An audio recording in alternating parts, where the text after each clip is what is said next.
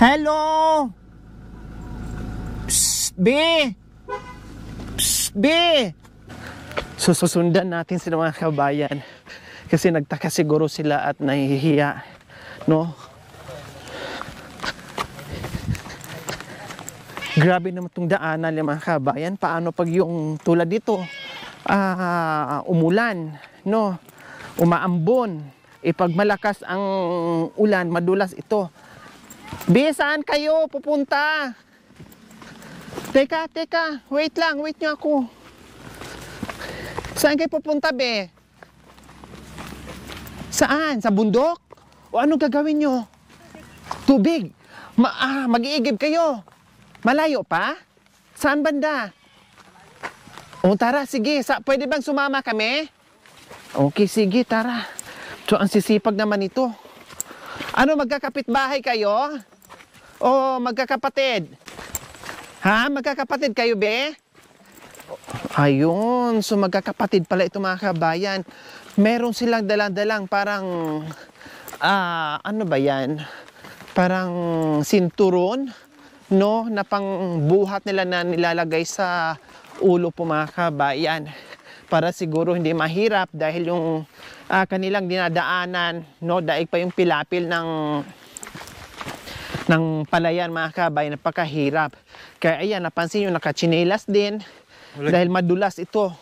Ayan mga kabayan, nakita nyo na walang chinelas, no? Dahil madulas ito at may dinadaanan pang bato. Mga bato-bato na madudulas. Ang bilis nyo naman maglakad. Grabe naman kayo. Ha? Be, anong pangalan mo, nak? Basti. Basti, wow. Tapos ikaw, be? Elmiro? Wow, ikaw, nak? Basilio. Si Basti, si Elmiro, si Basilio. Kapatid kayo? Opo. Ayun, ang sisipag naman mga kabayan. Talagang sanib puwersa, nandito si kuya, yung pangalawa, no? At itong bunso, talaga magkakasama sila. Dahil sanib puwersa sa mga kabayan, may kanya-kanya sila dalang lagayan ng tubig, itong mga galon, no? Conforme doon sa laki nila. Yung pinakamaliit, may 1 galon. Sumunod, may 2 galon. Yung pinakakuya nila, may daladalang medyo malaking galon. No? Kasi hindi pwedeng isa ang mag-igib ito kung marami ang gagamit. Naku, mahirapan. Dahil napakalayo nito mga kabayan. Kaya ang ginagawa nila, sunod-sunod sila. No, sa nipwersa sila pupunta dito. Dahil napakalayo. Delikado. Kalaban mo dito, ahas. Madulas ka. No, hingal, pagod, hirap. Talagang ito yung mangyayari sa kanilang mga kabayan tuwing nag-iigib sila. Pero ang bibilis, ang liliksin ng mga bata. Diyos ko, ako, napakahaba ng aking mga bias pero sa hakbang talo ako. Sila Pino yung hakbang nila pero ang bibilis. Kayang-kaya nila akong iwanan. Diyos ko, ang layo na nito Malayo pa, be? Ha? Malayo pa. Malayo pa? Oo. Antayin yung si Sisa. Diyos ko, ang bilis ni Basilio maglakad. Dapat si ano na lang to, si Crispin, si Basilio. Kompleto na. No limitang hiri. Hindi ko alam kabayan kung anong iigiban namin dito. Batis, balon, walang balon dito kasi paano magkabalon ang tataas ng bundok, no? Siguro batis. Merong pools siguro dito. Ano ba itong dinadaanan natin? Akyat, baba, akyat, baba. Hoy, teka! Diyos ko, iniwan nyo na ako, ang bibilis nyo. Ang kikitid ng mga daan. Walang ahas dito, be? Baste? Wala. Diyos ko, kailangan dandahan kayo dito kasi pag nagkamali kayo ng hakbang, nakupupulitin kayo doon sa baba. Kailangan huwag kayong magtulakan. Basilio! Antayin mo ako! Natawa. Basilio nga naman yung pangalan niya. Kawawang baliw na sisa. Ha? Iniiwanan mo, Basilio. Grabe naman. Wala bang pwedeng pagkuhanan ng tubig na mas malapit?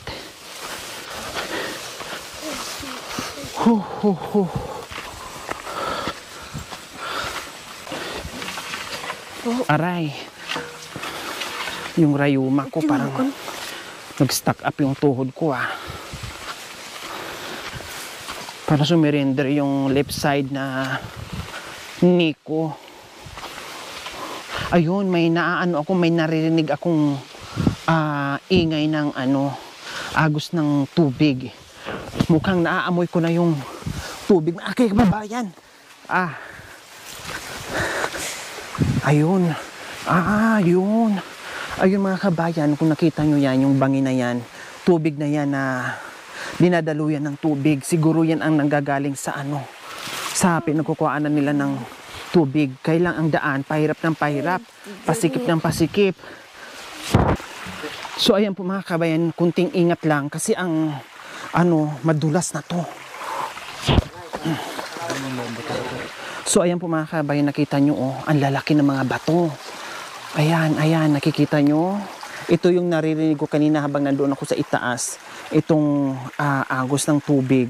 Delikado, hindi makapag-igib dito pag malaki yung tubig kasi dito sila mismo dumadaan sa daanan mismo ng tubig mga kabay, madulas. Kaya pala siguro hindi sila nag-chichinelas kasi madulas yung mga bato. No, pag hindi ka marunong dyan, talagang madudulas ka. So dito sila nag-iiga mga kabayan. Ang layo talaga at ang hirap at So ayan na po mga kabayan, itong tubig na to ay nanggagaling to sa pag-iigiban nila ng tubig, itong sapa-sapa na to. Akala ko dito na. Ito pa palang daanan natin mga kabayan, magkabila ang malalaking bato.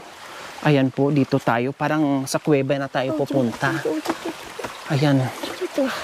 Aray ko. So ayan, tuloy-tuloy tayo mga kabayan.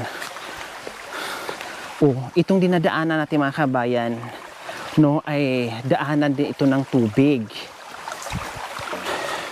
Kaya pala hindi sila naka-chinelas, nakayapak lang. Kailang matitigas itong mga kumbaga matutulis yung mga bato sa paa. Ay, meron pa. Tabi, daan po kami. Tabi. Daan po. Ayan. Diyos ko. Ayun. Okay. Ayun pala, may tubig sa ilalim. Sabi ko na nga ba may malaking bato mga kabayan. Ayan po, nakita nyo kailang nabalutan ng mga dahon. No. And then, meron lumalabas na tubig. Ayan po. At nilalagyan nila ng kawayan para diretso na yung tubig dyan sa galon nila para hindi mahirap, hindi na kailangan sandukin. Ayun po, may kapiraso lang na ganyan. Ayan. Ano kayang kulay sa Ayan, ayan. Hindi mo alam kung saan yung butas niyan, pero malamang ayun doon sa taas. Tapos dito naman sa kabila, dito sa kuya nila, ganyan din. Kailan, teka, ikot ako. Mas malakas dito sa kuya nila. Aray ko. Ayan po. Ayan. Malinaw ba kuya? Yung tubig? Ha? Malinaw? Malinaw. Ayun po mga kabayan, ganun din. Ayun, malinaw naman Ayan. So may malaking bato po dyan mga kabayan. Ayun po. Ayan. Ayan. So nilagyan din ng kawayan. Ito yung pang sahod nila para hindi na kailangan tabuin. Diretso na dyan. Ang hirap nito sa ginagawa nila. Pero kung wala kang choice, talagang mapipilitan itong mga bata, no? Umakyat, bumaba. akyat baba dito sa kabundukan para lang marating ito at makapag-igib sila ng tubig. Diyos ko mga kabayan, ako nga walang bitbit kanina, hingal na hingal, pagod na pagod. How much more sila mga kabayan na meron silang bitbit na mabigat at sa liit ng katawan nila at napakahirap na daan, pero hindi nila iniinda yun kasi gagamitin nila at kailangan nila sa buong pamilya sa loob ng bahay. Kaya ayan.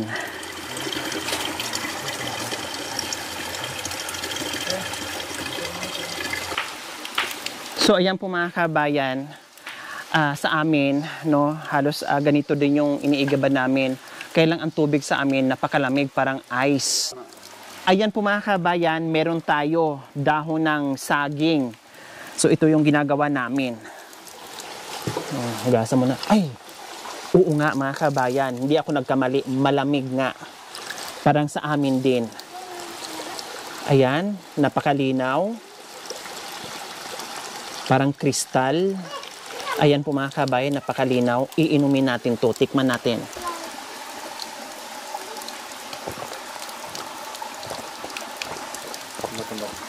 Malamig. Akala mo merong ice.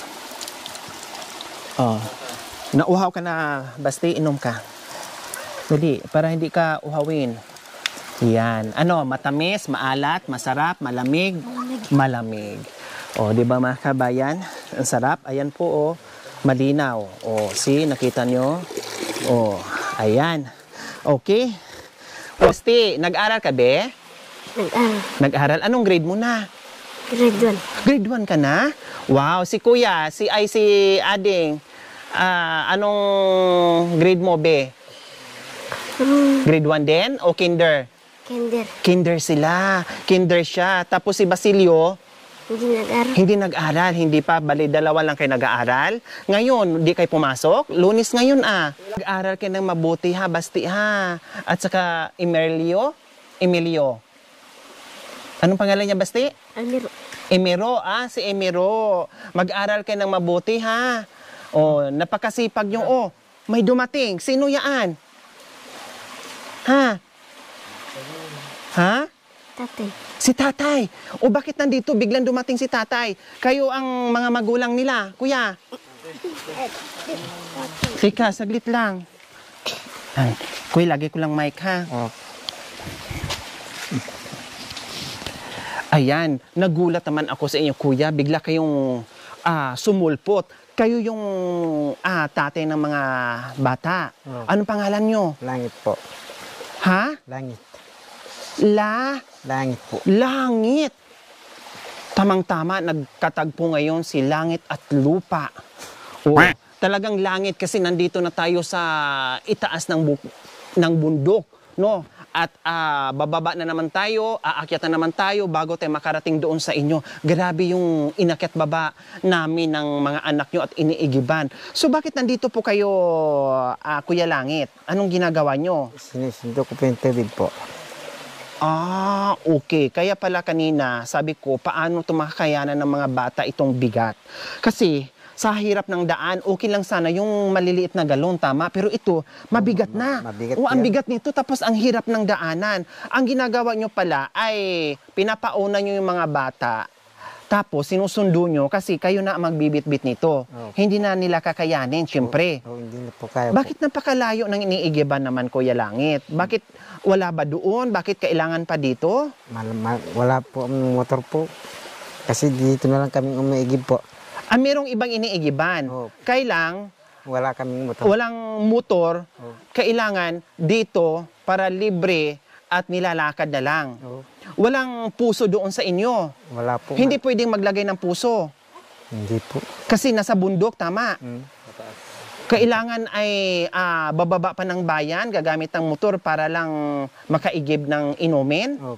Oh my God, mga kabayan. Nagulat ako, no? Kasi siyempre hindi mo makikita dito yung tao, kundi iyon lang yung daanan. Biglang sumulpot, ito si Kuya. Akala ko mag-iigib din siya. Wala naman siyang dalang galon. Yung pala, siya yung magulang ng mga bata, itong tatlong magkakapatid na nag-iigib dito. Diba? Diyos ko, butin lang sinundo at tama yung ginagawa niyo, kuya. Sunduin kasi hindi talaga kaya. Okay, tara, sige. Baka mamaya maabutan tayo ng malakas na ulan, Kuya Langit. Pwede po bang bumisita kami sa bahay niyo? Oh. Okay, tara. Tara na, Basti. Imiro, halina kayo. Baka maabutan tayo ng malakas na ulan. O, dandahan lang ha. O, nasaan na yung isa? Nandoon po. Nandoon na. Si Basilio nauna na. Nauna na po. Hindi na ako masyadong nangamba, mga kabayan, kung paano bitbitin ni Basti yung bigat ng galon. No, okay na kasi nandito na yung papa nagsundo. Ayun. Kasi tulad nito, ito, pag ganito, mga kabayan, madulas to, delikado to. Kailangan marunong ka. Ako, sanay naman ako sa bundok, kaya kabisado ko na pag ganito. Kayang-kaya ko yan. Yun nga lang, iba yung kabataan kasi yung may edad na palyado na yung paa natin at tuhod. Kaya, dubli ingat.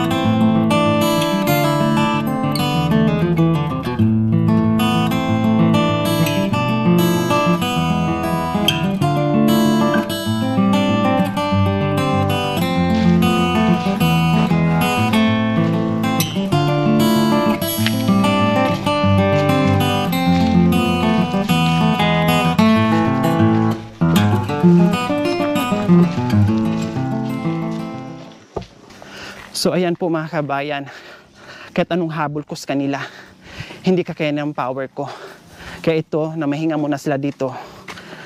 Hello, tatay. Magandang hapon po. Grabe, ang bilis nyo naman maglakad, kuya. Parang hindi nyo iniinda yung mga bit-bit nyo. Oh. Hingal na ako. Kayo parang wala lang nakapahinga na? Kasi siguro kanina pa ito nag-antay sa akin. Sabi ko, ang bagal naman ito. Magsasaing pa ako sa bahay. Tara.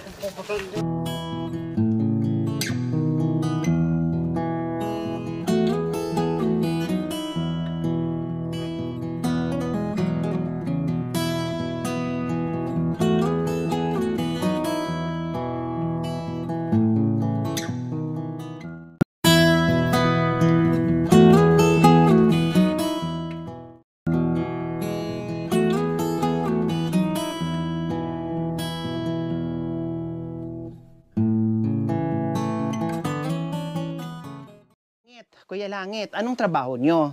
Ano po, namumuso po. Namumuso din. Nambirawan na puso nyo, nadagit sa nabihag sa puso nyo ay yung si Mrs. nyo. Anong pangalan ng Mrs. nyo? Jesami po. Ha? Jesami po. Ang ganda naman. Pero ano talaga ang tunay na pangalan nyo? Langit po. Langit talaga ang tunay na pangalan? Hindi ba pwedeng Heaven? Ayan po, mga kabayan, ang trabaho ni Kuya Langit ay namumuso, nangunguha ng puso ng saging, dinadala sa bayan, binibenta, 7 ang anak. Kasalukuyan po, mga kabayan, no, mayroon ng pang-7 na anak, nasa ospital ngayon yung kanyang asawa, na nanganak na talaga. Anong anak niya? Babae, lalaki? Lalaki po. Lalaki. So, ilan ba ang babae niyong anak? 3 po. 3. Tapos, ang lalaki ay? 4 po. 4. 4, 5, 6. Hindi, 7. 8 po. Ha? Palima po yung nasa hospital, yung isa lalaki. 5 lalaki, 3 babae. So ayan po mga kabayan, no, medyo marami-rami na. Tapos pag trabaho mo ay yung kumikita ka araw-araw pero hindi sapat dahil hindi naman lahat ng oras o lahat ng panahon may napupuso ka dahil siyempre nauubos din, no, nauubos din po yung pangunguha dahil siguro hindi lang naman din sila yung nangunguha kundi marami pang iba. Bakit may kukok? No. Ay, Diyos ko, mayroon palang ano dito. Kaya mahirap talaga. Pero sa gaya ni Kuya na masipag sa bundok at lahat ginagawa, no, lahat ginagawa masipag sa bundok, kaya dumidiskarte na lang talaga kung paano mabuhay sa mundong ito para mapakain yung 7 anak ni Kuya Langit. Nananghalian na po kayo? Opo. Anong ulam nyo? Wala po. Asin lang yung pinag-ano po. Asin ang ulam. So ito po madalas talagang naawa ako minsan sa mga aitas natin na mga kabayan, no, dahil napakasipag nila magtanim, napakasipag na maghanap buhay, kahit kunti lang yung kinikita, kahit kapiranggot lang yung kinikita, pero nandoon pa rin yung sipag nila, no, hindi sila sumusuko, hindi sila bumibitaw. Kaya sana mapansin natin, no, yung ating gobyerno na talagang matutukan natin sila, mabigyan natin sila ng hanap buhay, ng alalay, dahil alam naman natin pagdating sa bukirin, pagdating sa pagtatanim, sa agriculture na talagang napakasipag nila, deserve nilang mabigyan ng hanap buhay o pangkabuhayan dito sa bukid, mga kabayan, no, dahil kung wala sila na tulad nila mga kabayan na napakasipag dito magtanim, naku, wala tayong mabibili sa bayan, no, lalo na yung mga root crops na masasarap. Naku po mga kabayan, sa kanila po yung galing na talagang sila nagtatanim, umaakyat ng mga kabundukan, no, na antitirik, ang hihirap, pero nandyan sila lumalaban. Para kay Kuya Langit, meron kaming surprise sa inyo. Pasok mga Relios. Tapos po ako 1,000. Yes, meron na kayong bigas, assorted groceries, isang tray na itlog. Kuya?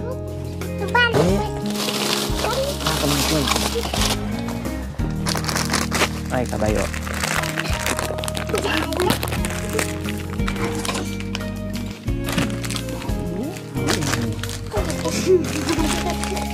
Oh, di ba? Ngiting yaman na hindi mo matutumbasan. Yung ngiti na yan, hindi mo mabibili, no? Dahil sa pasalubong natin, sa simpleng pasalubong, pero ginantihan tayo ng napakagandang ngiti dahil sa mga pagmamahal natin na tulad nila mga kabayan. O di ba pa? Napapasaya natin yung mga tulad nila. Pag gusto nyo pa dito ha, ito, kuha lang kayo ha, para sa inyo lahat yan. Kasi hindi lang yan kuya, meron ka pang 1,000. Tamang-tama, talagang napakaswerte sa araw mo ito dahil nakita namin yung 3 mong anak na napakasipag, no, mag-igib kahit napakalayo. At talagang kailangan mo yung tulong namin dahil nanganak pala ang asawa mo. Siyempre hindi ka makapagtrabaho muna for a while habang nagpapagaling mo na si Mrs. At kayo mag-asikaso at magbantay sa mga bata, no? So kailangan talaga na meron kayong makain na nakatabi dyan. So tamang-tama yung ayuda na natanggap nyo ngayon, Kuya Langit. So ayan. Salamat po. Binigay po na tulong po. Malaking tulong po sa amin po. Salamat po. Po mga kabayan, maraming salamat po sa ating walang sawang pagmamahal, Sir Jess M. ng Rabi KSA, at shout out din kay Ma'am Kat and Sir Albert from Rabi KSA Saudi Arabia. Maraming salamat po sa inyong ginituang puso. Nawa ipagpalain po tayo ng Panginoong Diyos sa araw-araw. Nawa ibigyan pa po tayo ng kalakasan ng katawan sa araw-araw. Nawa ibigyan po tayo ng mahabang buhay pang sa ganoon. Marami pa tayong matulungan na gaya nila. So mga kabayan, huwag niyo pong kalimutan, paki-share, subscribe sa aking YouTube channel, Lori Aquino Talita. Maraming salamat po. Gabi sa Sol. Bye!